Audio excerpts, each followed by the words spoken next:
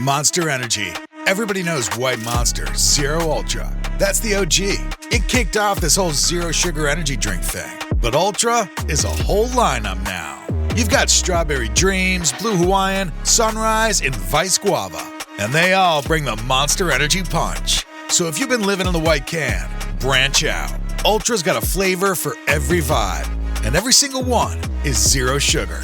Tap the banner to learn more. Sierra has all the best active and outdoor brands you need. From athletic stuff, like a full court pickup game, swish, to athlete-ish stuff, like a half-mile stroll. Get those steps in. And for morning hikes up the mountain trail, good pace. To nighttime ghost stories from the camping chair.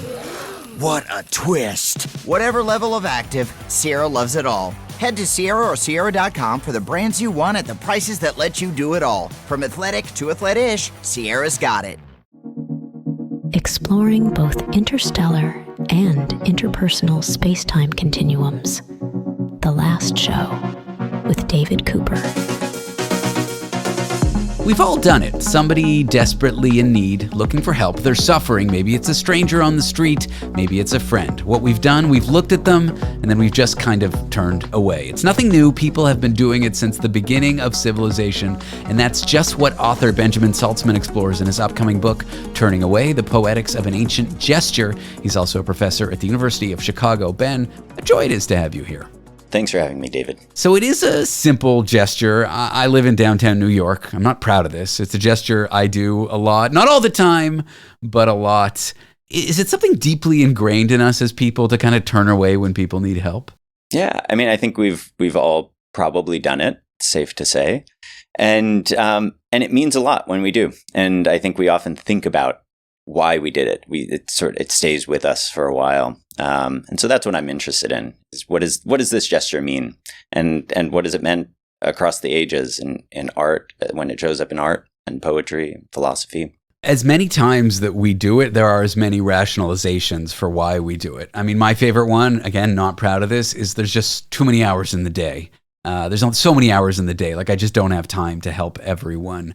What are some of the common rationalizations that people have for not helping those in need? Well, I mean, one of the things that we face now more than ever, right, is like the frequency and the speed with which we encounter the suffering of others, on our phones, in the street, in the media, in the news. And I guess one way to think about it is that our attention is constantly being turned from one act of violence, one instance of suffering to another. And so the question is where is our agency in that? Where does our decision making lie? And how do we kind of dwell with that decision when we do turn away from someone? Also, this is maybe it's a bit of a tangent, but like people on the street who are paid to recruit you for charity, sign up for our service, like that's a common thing on the street where I live. So I'm constantly having to tell strangers who try to talk to me that I'm not interested. You come home after doing this, you don't exactly feel good. Why do so many people struggle with this? Yeah, I mean, that's the interesting thing, is that part of my understanding is that really, since the mid-20th century, the years after World War II, and ever more since then, there has been a kind of discourse, a rhetoric around the moral obligation to pay attention. Right? We understand paying attention as a guardrail against atrocity, against violence, against suffering. We're kind of constantly told, don't turn away, don't look away, and the more that I've thought about it, and the more that I've kind of looked at this gesture in a wide variety of contexts, I've come to realize that actually the act of turning away, the gesture of turning away, is a deeply human act and experience. And it's an act and a gesture that carries all kinds of meaning. We do it in a wide range of circumstances. We do it when we feel disgusted. We do it when we feel shame. We do it when we grieve. We do it when we think, or when we feel embarrassed, or when we're confronting something sort of awful, or even in some cases when we're playing. And the more that I've realized the range and thought about the range of meaning in this gesture, the more I've come to think of it as kind of something important, actually, right? To do away with it entirely, to avoid turning away entirely is not only impossible, but it leaves out an opportunity to process, to reflect, to think, to grieve, to feel. Right. Yeah. Interesting. And yeah, I don't want to get rid of those things because I think they're important to how we relate to the world. Refusing or choosing not to help somebody, coupled with that reflection afterward and feeling horrible afterward, is there something deeply human about that? That's a structure that plays out for me all the time. I worry what would happen if I didn't, if someone asked me for money on the street and then I said no, and then I didn't feel bad about it at all, Yeah, no, that's the dilemma. And there are two things I guess I'd say about that. One is you've probably noticed that if you encounter someone or something that provokes you to turn away, you may notice that you still kind of retain the memory of not only the thing you turned away from, but also the act of turning away. So it stays with you. In some ways more powerfully than if you sort of go about kind of constantly paying attention, constantly attending to and looking at everything one after the other, right?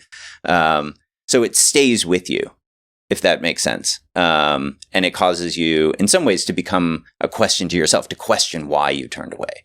And I think that's really valuable. Is there a difference between not helping like a single person, maybe it's a stranger, maybe it's a friend in need, versus not helping during political upheaval or mass suffering? Are those two fundamentally the same thing, or are there differences there? I don't know. I think they're related. It's just a matter of scale. And I guess it's why this is such a real dilemma, is right. Where should we direct our action? Where should we direct our attention?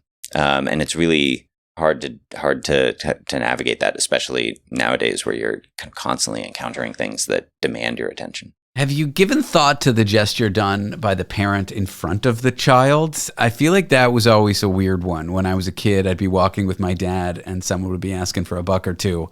And there's that whole other dynamic. Like, as an adult, you're so used to doing it, but is that really the value you want to teach a kid? I mean, the question, I guess, what are the values that we want to teach our children? Right. And one value that we've, I think, been passing along from generation to generation is like, pay attention, right? Pay attention to the world, pay attention to, difficult, terrible things that are happening. And if you're not paying attention, that's a kind of moral failure. But on the other hand, I think what we should be teaching children too is take time to be thoughtful, right? Take time to reflect.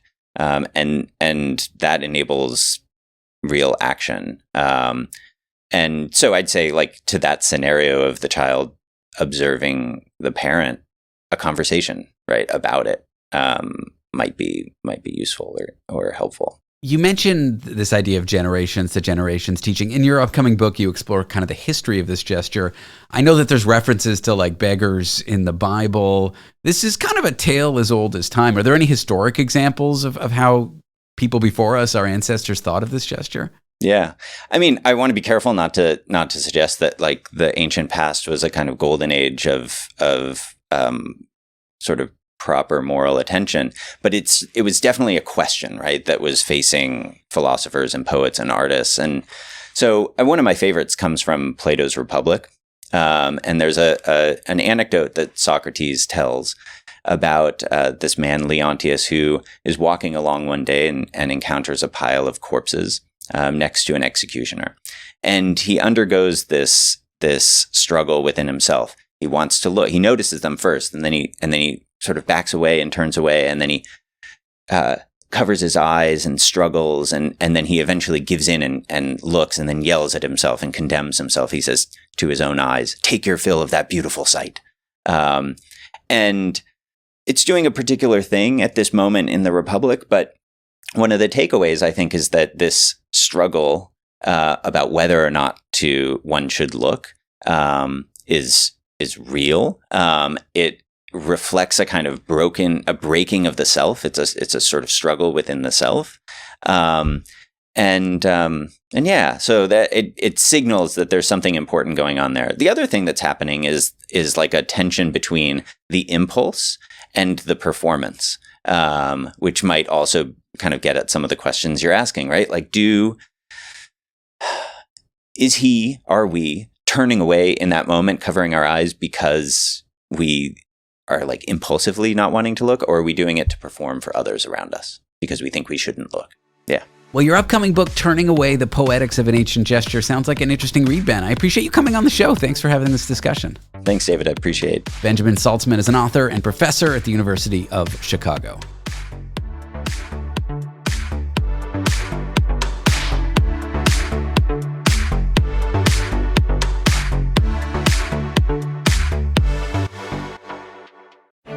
The world is changing. From the misuse of AI and the rise of deepfakes to the dangerous spread of misinformation, it's getting harder for Canadians to separate fact from fiction. That's why having a trustworthy news source is vital. At Global News, we're committed to objective journalism that cuts through the noise. Stick to the facts. Global News, Canada's trusted news.